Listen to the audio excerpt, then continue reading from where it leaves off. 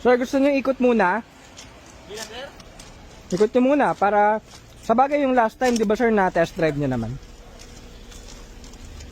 Ano to? Yan. Ano yung lumalabas dyan? Mawawala nito. Kapag pinatay nyo, then inon nyo ulit. Babalik sa original.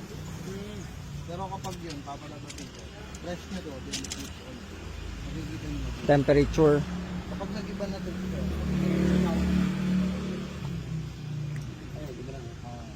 Nakita nyo yung hanapin nyo lang yung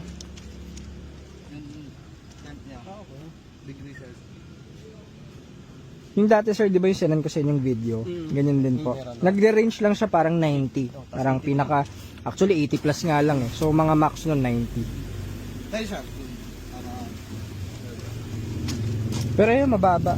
Actually, pinaka max po niyan, 105. Turn off ko muna na.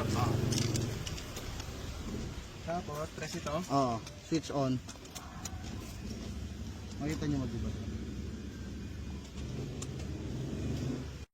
Sa iba, kapag kasi tinatamper yung mileage, ito yung tinatamper, yung tawag dito, IPC, yung odometer. So ito, pwedeng dayain yan, kahit anong daya. Pero itong computer box, hindi siya madadaya unless palitan yung computer box. So kung ano yung tulad yan, yung naka-display, ito rin yung original mileage na. So at least alam nyo para may idea kayo na ano po siya. Original mileage, 69,000 lang tinakbo. So kitang-kita naman, fresh na fresh yung sakyan. Ganda, okay na sir. Ayaw nyo i-test drive muna.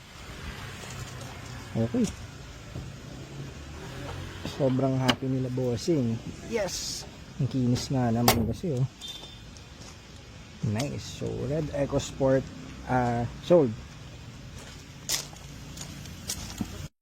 So kumbaga working pa yan, pero dahil nga makomputer yung Ford para hindi siya mawala sa program, malobat or mabitin yung mga voltage niya, yung mga amperahe. So pagka ano, palit na kayo sir.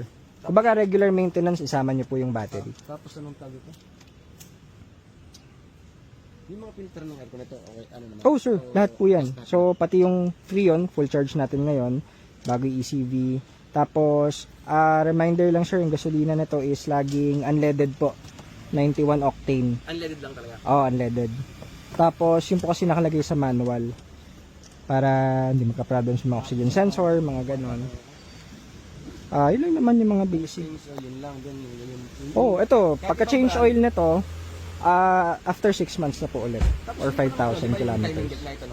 Ilang ano kaya tatagal ito? Matagal na ulit yan sir. Pati yung mga drive belt, na-check na po lahat yan. Oh, so mga 50 ulit, mga 50,000, mga ganun. 50,000. Oo, mga ganun po.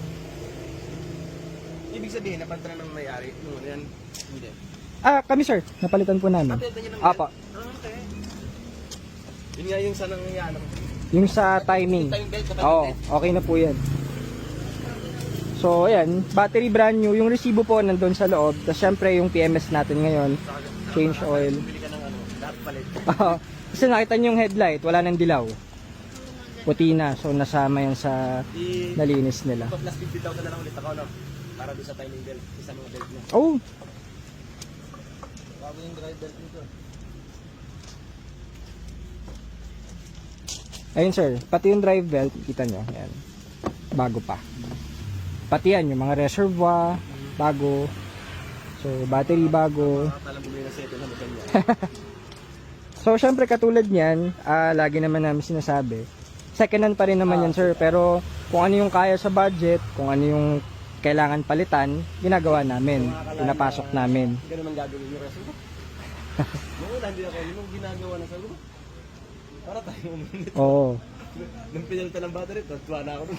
Oo, so lahat yan, yung mga kailangan, palit talaga, para yun yung kasama. Ang tagal pa nito, 3 to 4 years. Oo, parang technically sir, talagang bago. So at least, ang talagang pati sigurado dyan, transmission, na laging wear and tear naman ng mga kotse. So ito, brand new na lahat. Battery, kailangan, kung hindi ako makakapunta dito, ako.